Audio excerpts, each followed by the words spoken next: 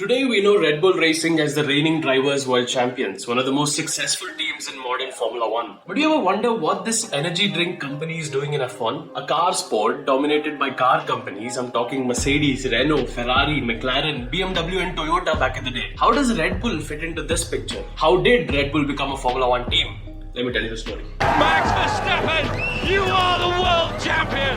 The world champion! Red Bull Racing as a team was formed in 2005, but it wasn't like Red Bull, the energy drink company, turned up out of the blue like, I would like one Formula One team, please. No, Red Bull did their homework. The seeds were being sown way in advance.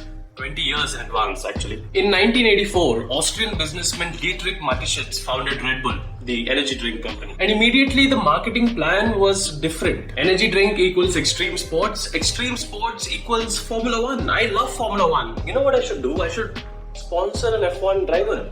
An Austrian F1 driver, yes. In 1985, Austrian racing driver Gerhard Berger was racing for the Arrows F1 team. So at their home race, the Austrian Grand Prix, Mateschitz makes his pitch. It was sort of along the lines of, bro, I'm Austrian, you're Austrian, let me sponsor you. And it worked. 1989, Gerhard Berger, the first ever Red Bull sponsored racing driver. No, listen, 1989, Gerhard Berger, now a Ferrari driver, driving a Ferrari sponsored by Red Bull.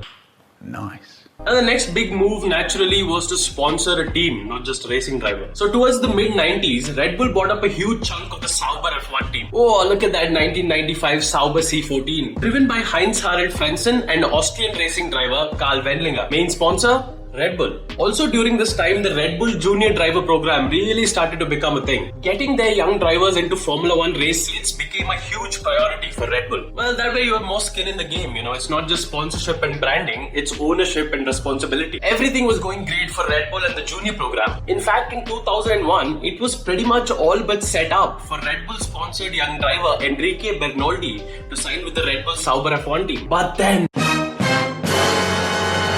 Sauber team boss Peter Sauber said, actually, we've got this young kid here, he's called Kimi Raikkonen. We're gonna take him instead. And that was the last straw. Mateschitz lost his shits. It was kind of like, I'm the majority shareholder here, I have an exciting young talent and you still don't care about my opinion? You know what, screw this. The only way this is gonna work, we need a Red Bull team of our own.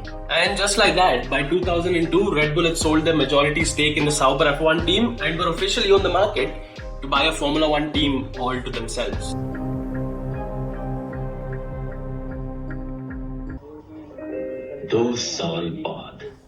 The year is 2004. It's been 5 years since 99 when Ford entered Formula One. Ford owned Jaguar at the time, and to promote Jaguar as a sporty luxury car brand, they entered Formula One as Jaguar Racing. 5 years, dude. 2000 to 2004. While Schumi and Ferrari were up front creating history, Jaguar Racing were essentially the Haas or the Williams of the time. Although they did get on the podium twice in those 5 years, P7 in the constructors was the highest they ever got. And the Ford management was running out of patience and hope. And frankly, money to sink into Jaguar Racing. And again, 2004 was no different. A total of 10 points for the team that season. Drivers Mark Webber P13 with 7 points, Christian Klein P16 with 3 points, and Jaguar Racing P7 in the Constructors' Championship again for the third year in a row. And the Ford management said, yeah, you know what, dude, we've got to go. We're gonna focus on our rally team instead. The official statement said it no longer makes a compelling business case for any Ford brand to compete in Formula One. And just like that, by September of 2004, Jaguar Racing was for sale. Almost 20 years in the making. Almost 20 years since that day chasing Gerhard Berger in the Austrian pit lane asking to sponsor him. It was time for Red Bull to finally own a Formula One team entirely. And so on the 15th of November 2004, it was officially confirmed that energy drink company Red Bull had bought Jaguar Racing from Ford. And they obviously renamed it Red Bull Racing. So now, what were the terms of this agreement? Red Bull would have to invest $400 million into developing this team over the next 3 seasons. And in return, Red Bull pretty much got everything that Jaguar had. Jaguar's team factory in Milton Keynes, which remains the Red Bull factory to this day. The 2005 season car was pretty much ready. The Cosworth engine and everything. Jaguar already built it. The director of engineering at Jaguar, Ian Pocock, transferred over to Red Bull, but then he retired like a couple of months in. The head of aerodynamics at Jaguar, Ben Agatanelu, became the head of aerodynamics at Red Bull. Ben stayed on with the team till 2007 and was replaced when a certain Adrian Newey turned up. Red Bull also received, in my opinion, the greatest gift of all.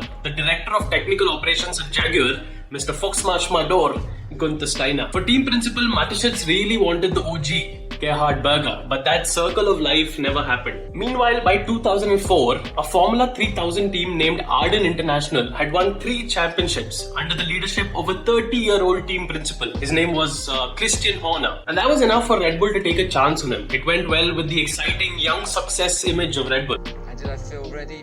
Probably not. So finally, who was gonna drive? Red Bull were hell-bent on having a senior experienced first driver and a fast, fun second driver. David Coulthard, 10 years in Formula 1 by then, 2 years at Williams, 8 at McLaren, 13 years in F1.